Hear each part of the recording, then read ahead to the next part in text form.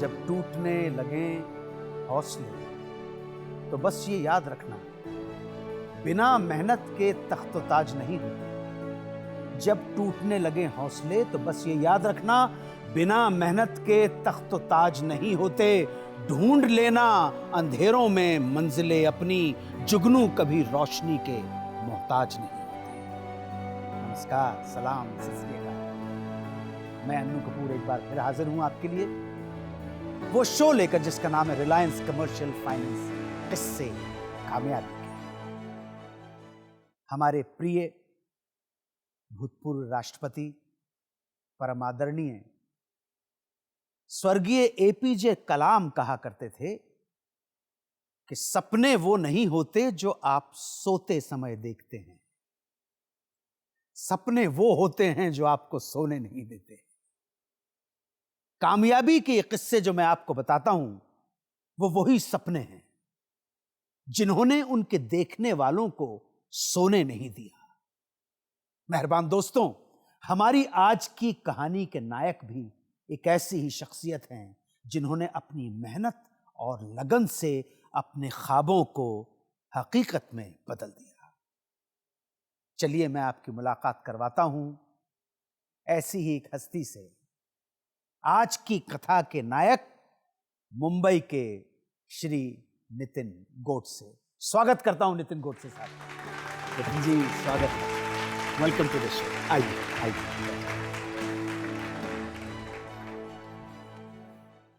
आपके life sketch पर एक ऑडियो विजुअल तैयार किया है, आइए। एक्सेल गैस एंड इक्विपमेंट्स के संस्थापक नितिन गोडसे के लिए कारोबार में यहां तक का सफर आसान नहीं था। आपने कभी मजदूरी की तो कभी सब्जी बेची और अपनी पढ़ाई के लिए पैसे जुटाए। जीवन के ये संघर्ष आपके इरादों को कमजोर नहीं कर पाए। 1999 में आपने high purity gas piping installation के क्षेत्र में कदम रखा और एक्सेल गैस की स्थापना की। यह आपकी मेहनत का ही नतीजा है कि एक्सेल गैस एंड इक्विपमेंट्स आज इस क्षेत्र में काम करने वाली अग्रणी कंपनियों में से एक है। आज 150 प्रशिक्षित इंजीनियर और टेक्नीशियंस की टीम आपके साथ काम कर रही है। एक्सेल गैस ने न केवल देश की प्रमुख तेल कंपनियों के साथ काम किया है, बल्कि मिडिल ईस्ट की कंपनियों को भी अपनी सेवाएं दी हैं। एक्सेल गैस का सालाना टर्नओवर 25 करोड़ रुपए पहुंच गया है।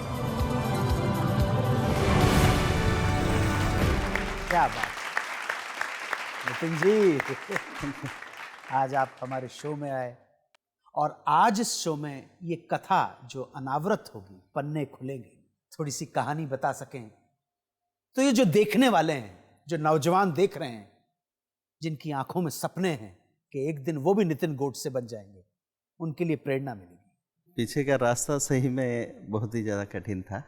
मेरे पिताजी एक सेल्समैन का जॉब करते थे, सैलरी बहुत कम थी, 3 बच्चे थे। ये अहमदनगर डिस्ट्रिक्ट में? अहमदनगर डिस्ट्रिक्ट में।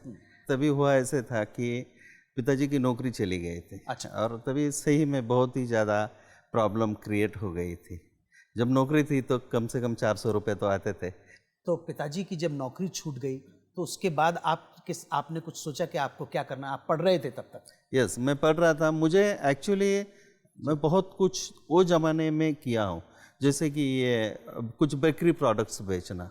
व्हाट अबाउट एजुकेशन, पढ़ाई? एजुकेशन, फैमिली पोजीशन ये नहीं थी कि वो मुझे इंजीनियर कर पाए। मुझे इंजीनियर तो बनना था। इंजीनियरिंग के लिए एडमिशन भी लिया। आफ्टर 10th डिप्लोमा के लिए एडमिशन भी लिया था, बट 2000 रुपये नहीं थे हमारे पास, तो वापस आना पड़ा। फिर साइंस में एडमिशन लेके BSc कंप्लीट किया, फिर MBA किया।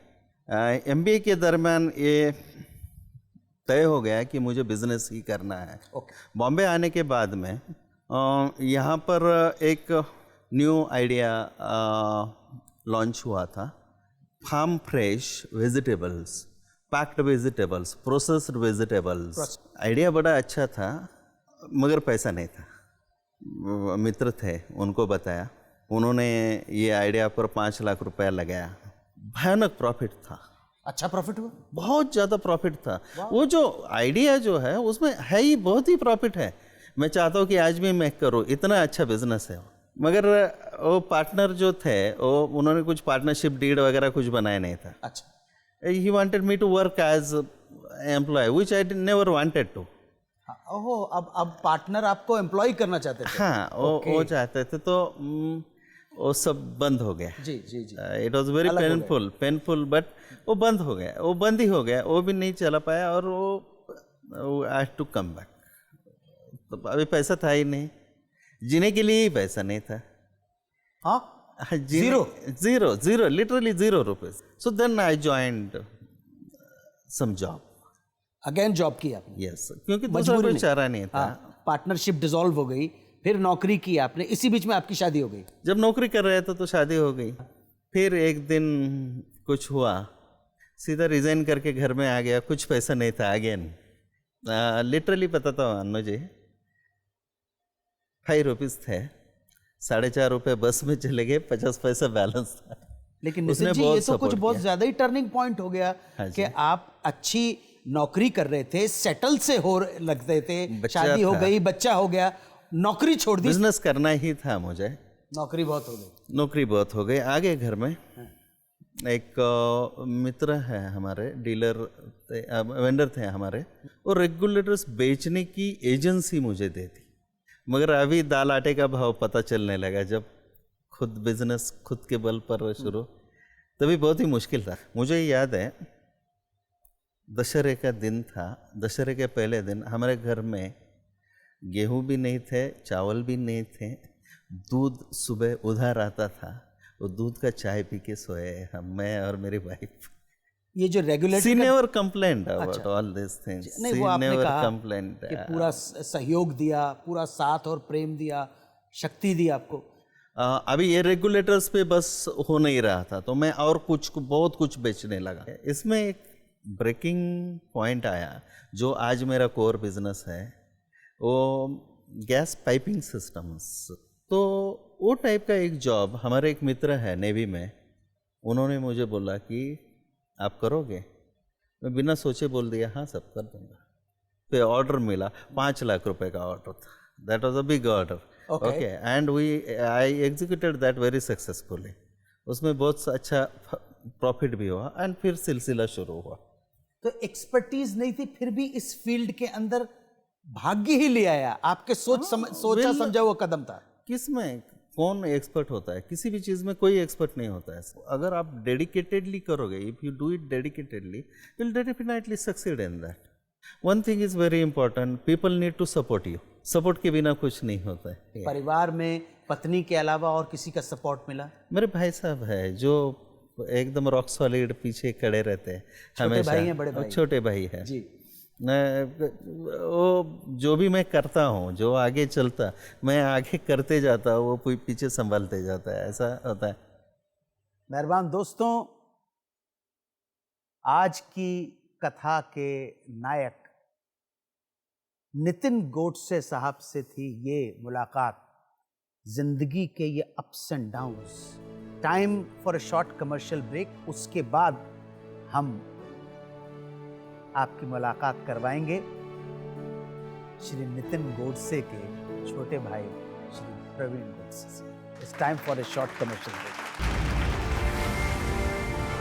20-25 लोगों को बिना सैलरी के 1.5-2 साल वो लोगों को यूज़ किया। 1.5 साल तक ये लोग अग्री कर गए।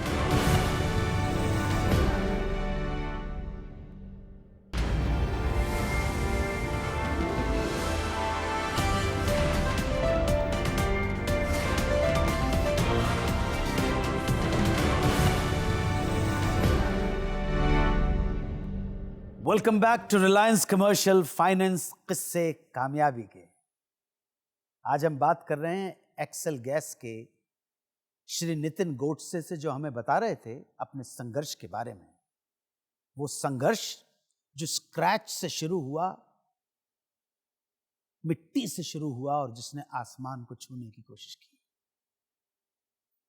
अपनी कहानी बताते हुए उन्होंने कहा मार्केट की सपोर्ट बहुत जरूरी है, कस्टमर की सपोर्ट बहुत जरूरी है, उल्लेख किया कि पत्नी ने भी बहुत सपोर्ट किया और साथ साथ सपोर्ट किया परिवार से मेरे भाई ने, प्रवीण गोडसे ने। मैं श्री प्रवीण गोडसे को यहाँ पे आमंत्रित करता हूँ, इस शो में आए हमसे बात करके। प्रवीण गोडसे, आइए, स्वागत है आपका प्रवीण जी, आइए, वेलकम टू द शो, बैठिए। आपके बड़े भाई हैं श्री नितिन गोडसे ने आपका जिक्र किया कि मेरे भाई का सपोर्ट मेरे साथ रहा, तो किस तरह से आपने भाई को सपोर्ट किया? हमारे फैमिली में उन्होंने जो कुछ सपने देखे या जो कुछ बिजनेस के बारे में सोचा, वो सोचने के बाद में उनके मन में क्या है वो सब डिस्कशन वो मेरे से करते थे। मैं कभी उनको ना नहीं बोला कौन सी चीज़ को, आप करते रहो, आप आगे जो भी करना है टेक्निकल वगैरह जो चीज़ें हैं, बिजनेस जो बढ़ाना है उसके बारे में आप करते जाओ, बाकी का जो पीछे का है वो पूरा का पूरा मैं संभाल लूँगा, आप उसका टेंशन नहीं लेना है। फाइनेंस के बारे में भी मैं सब आपको मैनेज करके दूंगा। ये सब चीज़ें उनको मैं सपोर्ट करते गया। आपका काम था भाई को सपोर्ट करना, काश आपके जैसे भाई सभी के हों तो नहीं, सही बात है, ये अनकंडीशनल सपोर्ट भाई का है। तो किस तरह से आपने मार्केट से फाइनेंस इकट्ठा किया, ये पूंजी कैसे? एक्चुअली हमारा कंपनी जो है प्रोजेक्ट बेस्ड कंपनी है, इसमें वर्कर जो चीज़ है यानी एम्प्लॉय जो है वो बहुत इम्पोर्टेंट था। तो हमने स्टार्टिंग में हमारा प्लेस जो है अहमदनगर में अकोला जो प्लेस है, वहाँ के ही 20-25 लोगों को जिनको भी काम धंधे का ज़रूरी था उनको मैंने समझा के 20-25 लोगों को बिना सैलरी के खाली उनको खाने के लिए पैसा देना है, ऐसा 1.5-2 साल वो लोगों को यूज़ किया। लेकिन 1-1.5 साल तक ये लोग अग्री कर गए कि बगैर पगार के आपके साथ काम करेंगे। ये शायद आपकी क्रेडिबिलिटी, उनको उतना कॉन्फिडेंस था कि नहीं इनके साथ हम जाएंगे तो आज वो भी अच्छे खासी ज़िंदगी जी रहे हैं, अच्छा खासा सैलरी वो लोगों को एक्सेल गैस से, तो उनको एक कॉन्फिडेंस था। प्रवीण जी, हमसे बात करने के लिए बहुत बहुत आभारी हैं। एक अंतिम प्रश्न ये पूछना चाहता हूँ, क्या प्लान है, क्या सोचते हैं और कहाँ तक जाना चाहते हैं? हम लोगों ने गल्फ में, इंडिया में अलग अलग टाइप के बिजनेस चालू किए हैं। 2020 तक 100 CR टू 125 CR का हमारा टारगेट है कि वो क्रॉस करेंगे। 2025 तक 500 CR का हम लोगों का टारगेट है और मुझे पूरा कॉन्फिडेंस है कि हम लोग इसमें सक्सेस हो जाएंगे। आप अपने टारगेट को अचीव कर सकें, हमारी तरफ से, इस कार्यक्रम की तरफ से आपको शुभकामनाएं। Wish you all the best. Thank you very much for being with us Praveen ji. Thank you sir, thank you sir.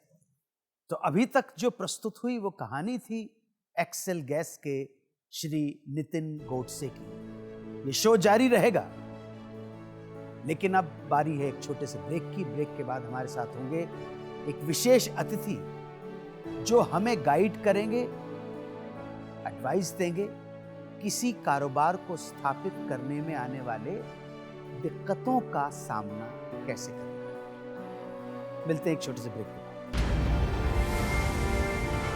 किन चीजों का ख्याल रखना चाहिए कि जो लोन सैंक्शन करेगा उसकी नजरों में वो इंप्रेसिव है? क्रेडिबिलिटी ऐसी कोई चीज नहीं है कि मैं आंख बंद करके आप दे दूं।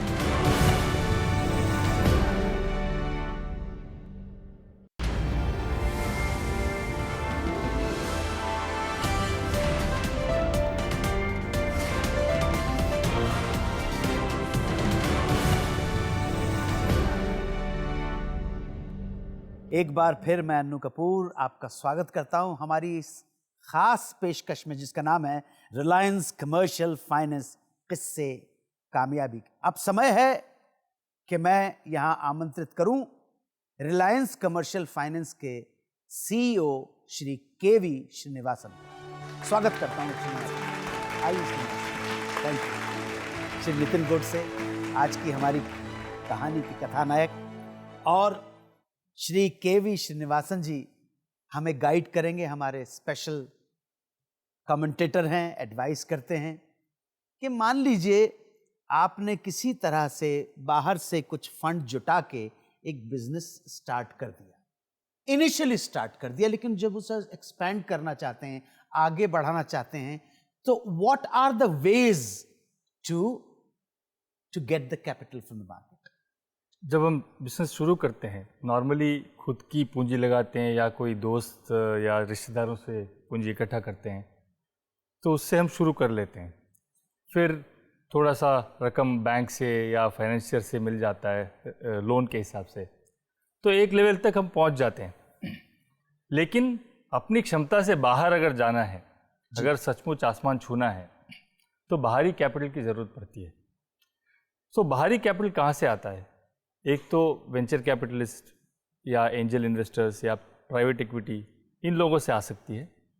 और एक लेवल के बाद आपको शायद पब्लिक इशू करना पड़ेगा, स्टॉक मार्केट में जाना पड़ेगा, अपनी शेयर्स की लिस्टिंग करवाना पड़ेगी, तो उस हिसाब से कैपिटल जुटाते हैं। लेकिन सबसे बड़ी बात है कि आपकी जो सोच क्या है, क्या आप शॉर्ट टर्म सोचते हैं कि लंबी सोचते हैं, क्या आप कुछ इधर उधर जुगाड़ कर लेते हैं, विवरी माइंड है या आपका जो पर्पस है जिंदगी में खाली टैक्स बचाना है या कुछ और करना है। कि अगर आपका विजन बड़ा हो कि हाँ मुझे भी एक धीरूभाई अंबानी बनना है, तो उसमें फायदा हो सकता है। न्यू कमर को किन चीजों का ख्याल रखना चाहिए कि जो लोन सैंक्शन करेगा, जो कैपिटल आपको प्रोवाइड कर सकता है, उसकी नजरों में वो इंप्रेसिव हो? क्रेडिबिलिटी ऐसी कोई चीज़ नहीं है कि मैं आंख बंद करके आपको दे दूं। नहीं नहीं, बिल्कुल नहीं। ये प्राप्त करना पड़ता है मेहनत से। जी। That is the main thing. So anybody who's a youngster who's starting with a fresh idea without any money in the pocket can also get money, provided his idea is good, provided he has the capability, he is able to give confidence to the funder that हाँ ये इस आदमी में कुछ है। बहुत बहुत धन्यवाद श्रीनिवासन जी, आपका भी, और नितिन जी भी आपका। Thank you so much. Thank you sir. Thank you sir.